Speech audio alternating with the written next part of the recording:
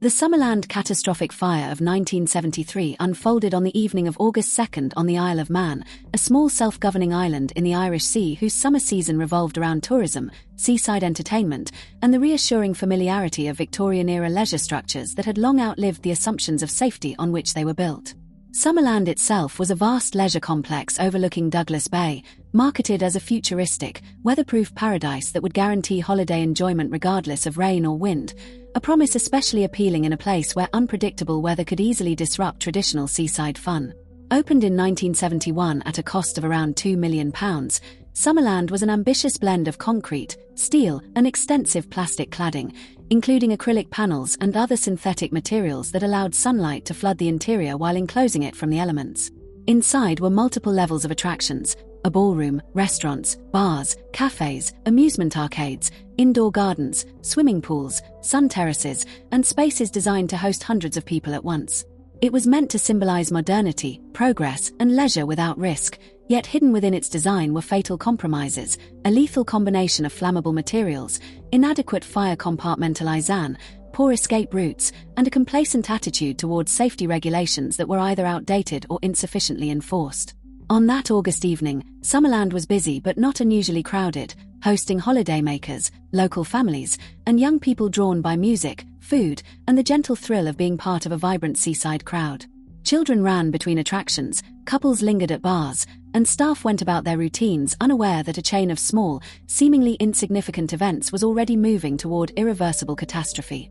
The fire is believed to have begun shortly after 7:30 p.m. outside the building, near a kiosk located beneath the exterior minigolf area, where discarded smoking materials likely ignited rubbish or insulation. Witnesses later recalled seeing small flames licking at the side of the structure, a minor blaze that at first appeared manageable, even trivial. What no one fully grasped in those opening minutes was how the exterior cladding of Summerland functioned like fuel rather than protection.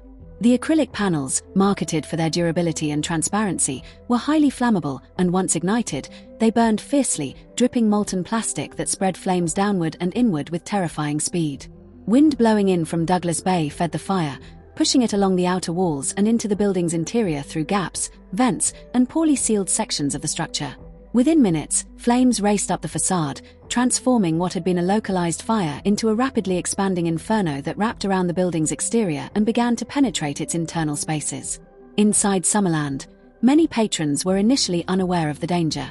Music continued to play in the ballroom, drinks were still being served at bars, and staff received conflicting information, with some assuming it was a small outside fire that posed no real threat.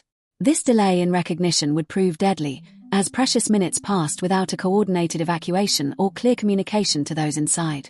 As smoke began to seep into the building, confusion spread unevenly. Some people noticed the smell first, a sharp, chemical tang distinct from ordinary smoke, while others saw wisps drifting across ceilings or felt an unusual warmth in the air. In certain areas, particularly those deeper inside the complex, visibility remained clear for a short time, giving occupants a false sense of security. Staff members, lacking proper training and clear emergency protocols, struggled to decide how to respond. There was no immediate, authoritative announcement instructing everyone to leave. Instead, fragmented warnings circulated through word of mouth, shouted instructions, and vague reassurances that everything was under control. Meanwhile, the fire was accelerating beyond any realistic chance of containment. Once the flames breached the building in multiple places, the interior materials of Summerland became part of the blaze. Plastic furnishings, decorative elements, and structural components ignited rapidly, producing thick, toxic smoke that spread through corridors, stairwells, and enclosed spaces. The building's design, which emphasized open interiors and aesthetic continuity over compartmentalization, allowed smoke and heat to move freely, turning escape routes into deadly channels. Panic began to take hold as conditions worsened. People who attempted to leave encountered locked or poorly marked exits, bottlenecks at staircases, and confusion about which routes were safe. Some doors opened inward, making them difficult or impossible to use as crowds pressed against them. Others were concealed behind decorative panels or signage that obscured their purpose. In the growing darkness and smoke, even those familiar with the building struggled to orient themselves. Parents searched desperately for children, couples were separated in the chaos, and staff found themselves trying to guide crowds through spaces that were already becoming impassable. The soundscape of Summerland shifted from music and conversation to shouting, coughing, screaming, and the roar of fire as flames consumed more of the structure. Outside, bystanders watched in disbelief as the building they had entered only moments before became engulfed, flames bursting through walls and roof sections, black smoke billowing high into the evening sky. Fire services were alerted quickly, but the speed and scale of the blaze overwhelmed initial response efforts. Douglas fire crews arrived to find a situation already far beyond a routine fire, with flames racing across multiple levels and people trapped inside. Additional resources were summoned, including crews from other parts of the island, yet access to the interior was severely limited by heat, smoke, and collapsing sections of the building. Firefighters faced the horrifying task of attempting rescues in conditions that deteriorated minute by minute. Some patrons managed to escape by forcing their way through exits or breaking through weaker sections of the structure, emerging burned, smoke-injured, or in shock. Others were helped out by firefighters who entered briefly, guided people toward openings, and retreated as conditions became unsurvivable. Tragically, many never made it out. Some were overcome by smoking corridors and stairwells, others trapped in upper levels where escape routes were cut off, and still others crushed or immobilized by the chaos of the crowd. As the fire raged, sections of Summerland began to collapse with alarming suddenness, the structural integrity of the building failing almost in real time as flames consumed support elements never designed to endure prolonged heat. Roof panels buckled and fell inward, walls warped and split apart, and entire sections of acrylic cladding melted, ignited, and then rained down as burning debris into the interior spaces where people were still trapped. Molten plastic dripped like liquid fire, clinging to skin, clothing, floors, and handrails, spreading flames wherever it landed and releasing thick, poisonous fumes that filled lungs within seconds. The combination of structural collapse and burning synthetic materials created an environment so toxic that even brief exposure proved fatal, as smoke saturated with carbon monoxide, hydrogen cyanide, and other lethal gases overwhelmed victims before flames ever reached them. Survivors later described the air as instantly suffocating, a choking, chemical fog that robbed them of strength and clarity, causing disorientation so severe that people lost their sense of direction, stumbled in circles, or collapsed mere feet from exits. Heat intensified rapidly, scorching skin, blistering lungs, and turning metal fixtures untouchably hot, while visibility dropped to near zero, forcing people to crawl, grope blindly, or cling to one another in desperate attempts to escape. Those who survived often carried lifelong physical scars in the form of burns and respiratory damage, but equally enduring were the psychological wounds. Vivid memories of screaming crowds, collapsing ceilings, the sensation of breathing fire instead of air, and the unbearable realization that others around them were not moving anymore. By the time the fire was finally brought under control later that night, after hours of relentless effort by exhausted firefighters battling not just flames but toxic smoke and structural instability, Summerland was a smoldering ruin, its futuristic promise obliterated, reduced to twisted metal, shattered concrete, and skeletal remains that stood silhouetted against the dark sky of Douglas Bay. The lingering smell of burned plastic and charred debris hung over the site, seeping into nearby streets and homes, a sensory reminder of loss that residents would remember long after the flames were gone. 50 people had died, ranging in age from young children enjoying a summer evening to elderly patrons seeking simple leisure, making the disaster one of the deadliest peacetime fires in British history, and without question the worst tragedy the Isle of Man had ever experienced, a single night that permanently altered the island's collective memory. The aftermath was marked by shock so profound it bordered on numbness, followed by waves of grief that swept through the tightly knit island community as the scale of the loss became clear.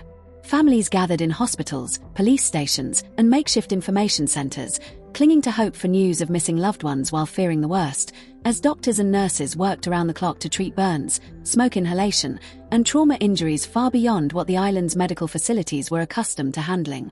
Temporary mortuaries were established to cope with the number of dead, and identification became a slow, painful process complicated by the severity of injuries, prolonging anguish for families desperate for certainty.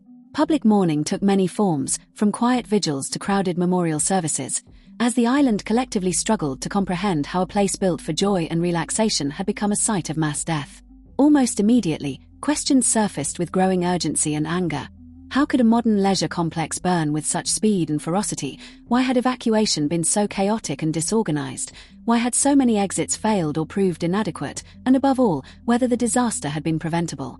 As investigations began, public outrage intensified when details emerged about the materials used in Summerland's construction, particularly the extensive reliance on flammable plastic cladding and interior components that had been approved under existing regulations but were now revealed to be dangerously unsuitable for a large public building filled with people.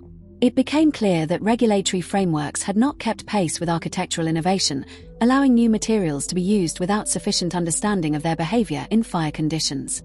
Investigations uncovered a pattern of systemic failure that extended far beyond one building. Safety warnings that had been raised but not acted upon, approvals granted without rigorous testing, assumptions that modern design equated to modern safety, and a widespread belief that catastrophic fire was an unlikely scenario in a building dedicated to leisure and entertainment. The Summerland fire ultimately led to sweeping changes in fire safety laws in the United Kingdom and influenced international standards, reshaping how public buildings were designed, regulated, inspected, and approved, particularly with regard to the use of plastics and other synthetic materials. But those reforms came too late for the 50 people who lost their lives on that warm August evening. And the story does not end there, because the true weight of Summerland lies not only in the terrifying minutes of the fire itself but in the years before it, when decisions were made quietly, incrementally, and often with optimism rather than caution, decisions that shaped the building's fatal vulnerability. It also lives on in the decades after, as survivors carried their memories into adulthood, families lived with absence and unanswered questions, and engineers, lawmakers, and historians dissected the disaster in search of lessons that might prevent future tragedies.